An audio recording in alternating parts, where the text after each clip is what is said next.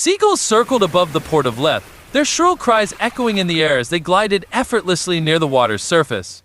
One bird landed on a pole jutting out from the ocean, momentarily frozen in surprise as its gaze shifted to the massive ship approaching the dock. Sailors bustled about on deck, dodging the sails as the ship anchored next to the pier. Among the crew was Raymond, grinning from ear to ear as he leapt off the ship. "We made it! Finally, we're here!" he shouted, his hands raised triumphantly in the air. Merchants were shouting about their wares, from potions to fish, and adventurers haggled for supplies. He couldn't help but smile, his heart swelling with excitement as he took in the chaotic energy of the city. Walker, one of Raymond's comrades, placed a hand on his shoulder. "Excited, huh? More than ever," Raymond replied. Together with their companions, Charlotte and Thene, the group made their way through the bustling streets of Leth. They were adventurers, and this was the beginning of a journey they had dreamed of for years. The city was alive with adventurers from all corners of the world. Some trained for dangerous expeditions into the unknown, while others whispered about the mysterious portals, gates, that had begun appearing all over the world. These gates led to other dimensions, filled with terrifying monsters, but also unimaginable treasures. Walker, always the strategist, suddenly stopped and pointed ahead. "We need bait," he said grimly. "Bait?" Charlotte asked, confused. Walker nodded, his expression dark. "The gates are unpredictable. Once inside, there's no telling what we'll face.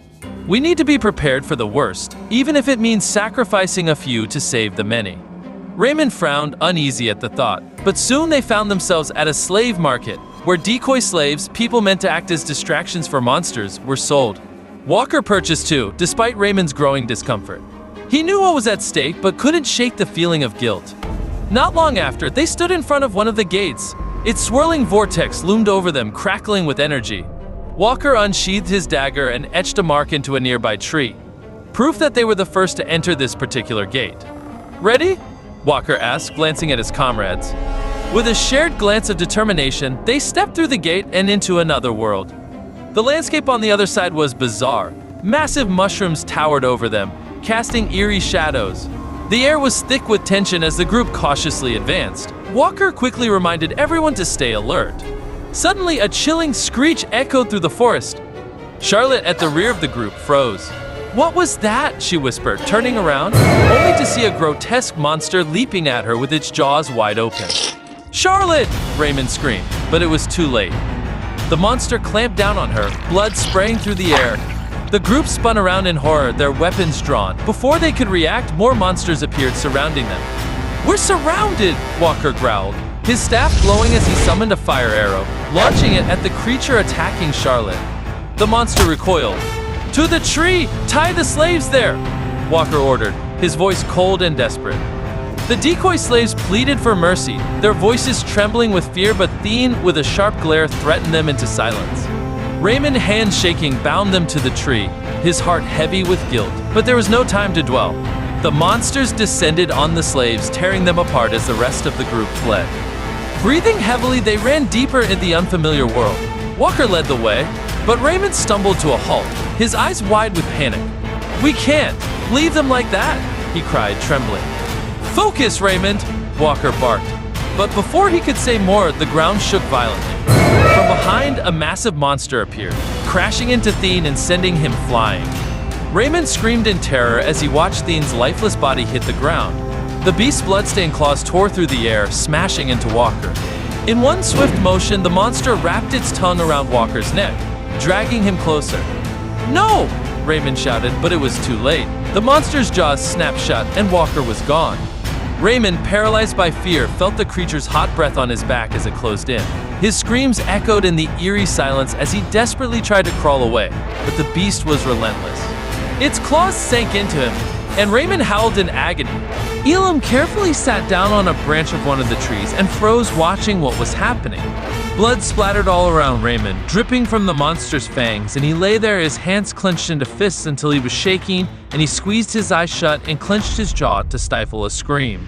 Suddenly he looked up, noticing Elam nearby, and asked in surprise, "Is this really their bait?" The main character just stood there with his lips pressed tightly together, and Raymond raised a trembling hand in the air, pointed it in the direction of Elam, and was glad that he was alive, admitting that it was a great relief. He asked the main character to help him quickly, looking at him with hope, and said that everyone was dead and only the two of them were left. He also apologized for what had happened and suggested that Elam could see that he was against it. He was sure that the main character could not get out of here alone and offered to work together, continuing to stretch his hand up. He clenched his jaw to stifle another cry and desperately asked Elam to help by looking at him, suddenly losing his composure. Raymond shouted with a frowned voice, ordering Elam to stop standing idly by and help him. He called him names, and when he heard that, the main character smiled slightly. Finally, he jumped down from the tree to the ground, landing in front of Raymond, and confessed that even if he really wanted to help him, he was afraid that it was too late to do. It was because more than half of Raymond's body had already been swallowed up by the monster. And as if coming back to reality, he froze eyes wide with amazement and looked at his reflection in the pool of blood left by his wounds. His face was covered with sweat, tears were running down his cheeks, and he chuckled, called Elam a stupid slave, and then asked if he really believed that he could survive alone.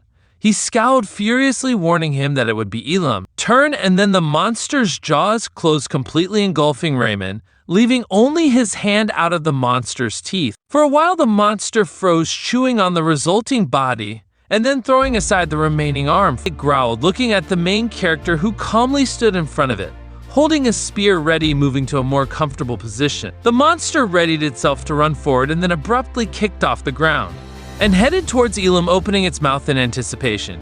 He continued to stand there calmly and held out his weapon, preparing to fight the monster.